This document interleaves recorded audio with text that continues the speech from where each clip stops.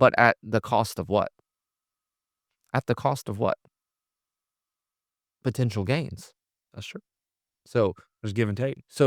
exactly. So in those situations, right, if we wanna get large gains, then we must take large risk, right? Mm. So then we need to learn how to become good at putting on what I call the hedges, Boom. mitigating the risk. Yep. And then that's where the systems and the processes come into play, right? And being really good at those and putting in systems and processes and checkpoints and reminders, right? To ensure that we can take the risk and not fall off the wagon or, whatever. And if we do, clock it as soon as possible and then adjust fire, right? And so, because like And for can me, we I don't think we should avoid the risk. I think we should get good at risk management. I think Yeah. we should get good at finding balance of it because if we run from it, sure, we'll never experience that, but then you'll also never experience extreme growth. You'll never experience what it feels like to do something at a high level because you never took any risk. So for me, that doesn't sound fun either. So it's the answer's always somewhere right there in the middle, right? And it's trying to navigate and balance the energies, right? Because there are energies at play. And that's why energy is so important. And it's why we started with it first, because it is the quality of the fuel, right? So, say if you have a lawnmower, right? And you don't put two, no. yeah, but you put two stroke, like you don't put the gas and mix in the two stroke engine, right? It's Oh not yeah. going to work. Or if you have a diesel engine and you put freaking unleaded gas in there, it's not going to be good, right? Because that vehicle and it's learning what gas your vehicle takes is also Mm. another thing that most people don't realize is even a thing. Yeah. Everybody's vehicle takes different gas. Yeah. And so And figuring out nothing's wrong with the engine. It's just simply got the wrong fuel in it. the wrong Like fuel. someone's over here that is unaware, doesn't know, and there's some chuckles here because we've all done it.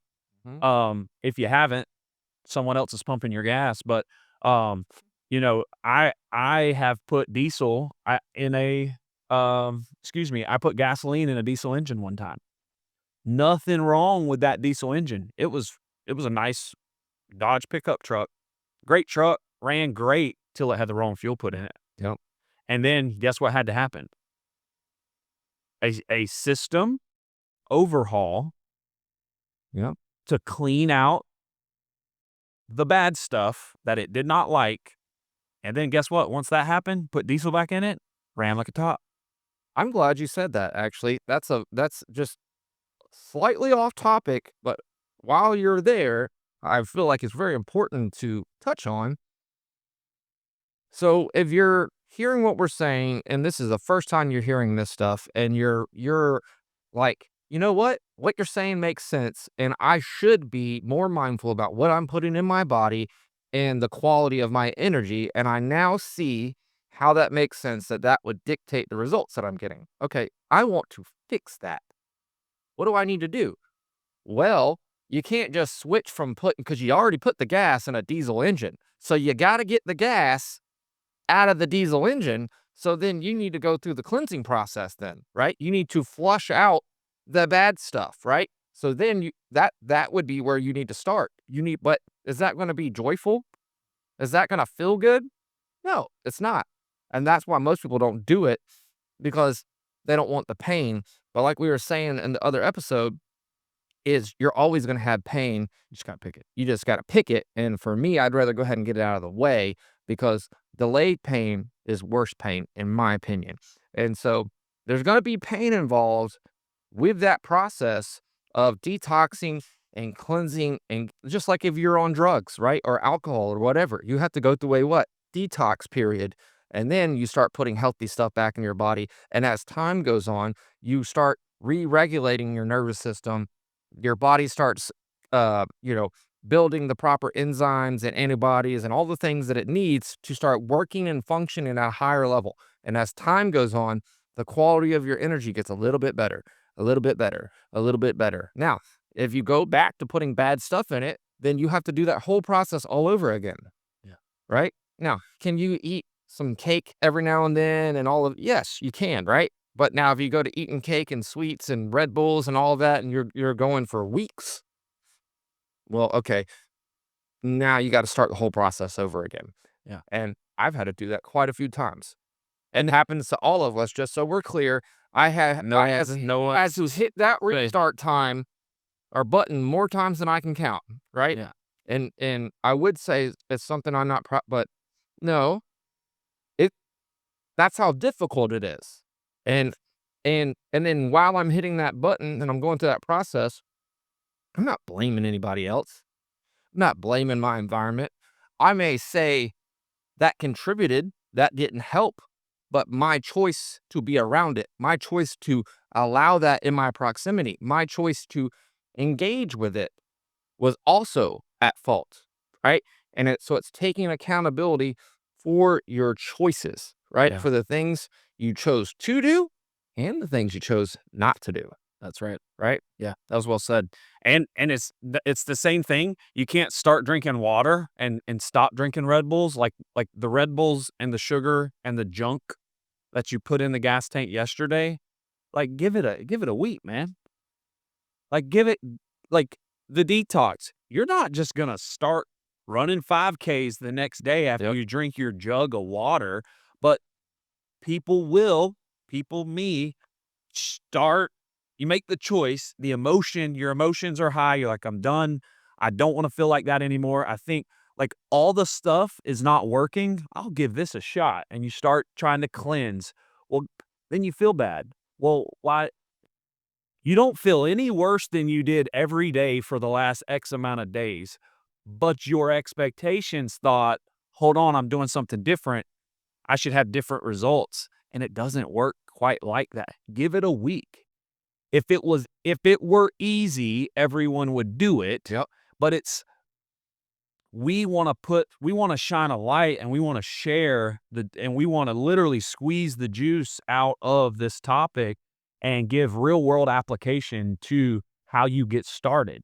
Like, no one can you are not allowed to skip steps.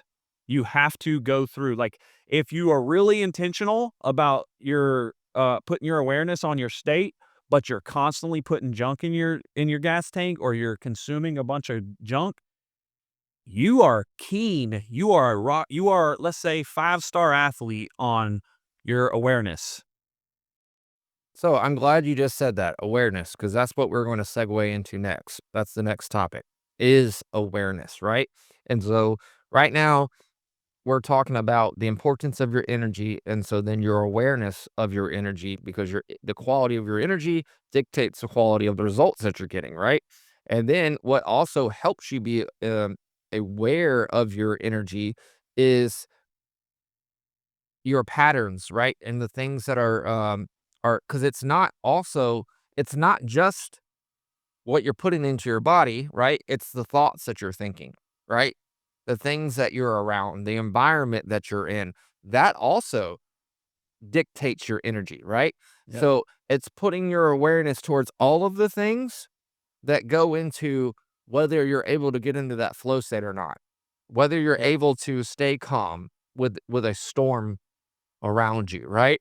And so, and it's recognizing patterns, it's recognizing things that like triggers when they happen and being curious, like, dang, that just triggered me. Why did that happen? Yeah. And then getting to the bottom of it, trying to figure out and staying in a curious energy, because a curious energy is going to help you find the answer. It's going to help you find why did this happen, right? And then another thing that dictates the energy that we're in is the story that we tell ourselves. Mm. What is the story that we are telling ourselves about why something's happening, right? Are we the victim? Is it everything else around me? There's nothing I could have done, right? So, cuz words can, along with other things, but are very potent at this, can trigger emotions, and emotions change our energy, and our energy changes our state, right? And our state is how we are able to perceive reality. It's the lens or the frequency in which we're able to perceive what's going on around us, right? And so, if we're just like we started this podcast off with, we interview the 20 people. If they are in negative energy and they are in a mental state of depression, anxiety, fear, a cocktail of it, right? Because of something that happened, right? Then they're only going to be able to see to the level of those emotions. So, most likely, their brain is going to focus on things that come from those energies. So, they're probably going to see the fight in the corner. They're probably going to see all the negative stuff that's occurring, and they're going to miss all of the positive because they're not in a state of which they can see those. But what I implore you is to be in a neutral state, in a more grounded state, in a peacefully alert state, Yeah. which will allow you to see all of the things, Yeah. not just one spectrum. Because it's also out of balance if you're just seeing the positive, because now we're ignoring the negative, and they're both required, they're both needed, and they're both important, right? Yeah. And And if we can for a second, let's talk about the positive's not good and the negative's not bad. yes, They both play a role. yeah, And what are like the message here is awareness to both. Like too many people are and myself included in this group is like, well, if I'm negative, it's bad, and if I'm positive, it's good, and that's incorrect. That's not the message that we're delivering here. correct. Like we have a society based off of just like the news and different things that it's like really like fear's the thing because fear sells. If you scare people, then their attention out of fear, they're like, oh no, I'm not gonna go build anything because I'm just scared of what's next. But our message is we want to see it all. Yep. We want to see it all and then choose which one fits into my story.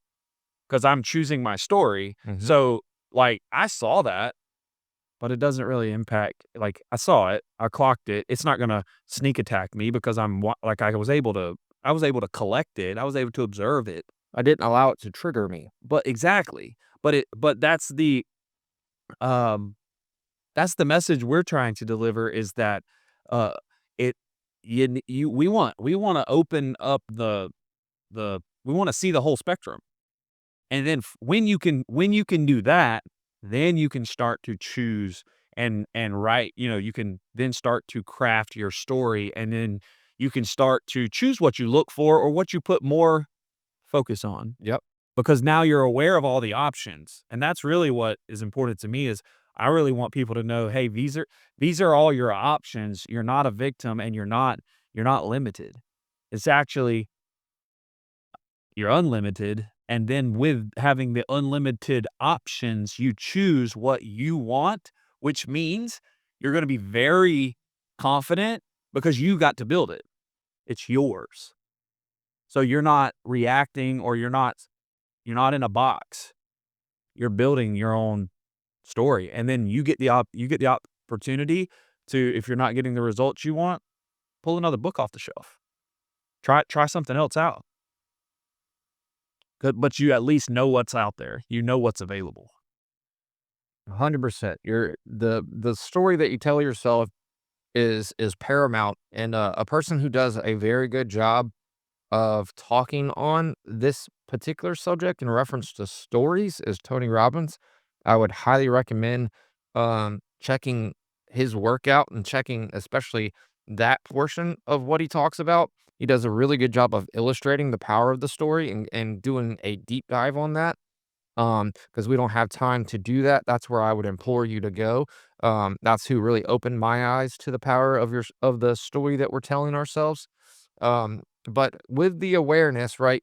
The awareness is the constant reflections and then also being aware of our thoughts and our triggers, right? So that's the biggest thing that I want us to hit on. And if we could immediately shift focus to that today, that alone is going to move the dial the most. Now, being aware of it is one half of the battle. The other half is what you do with the awareness, right?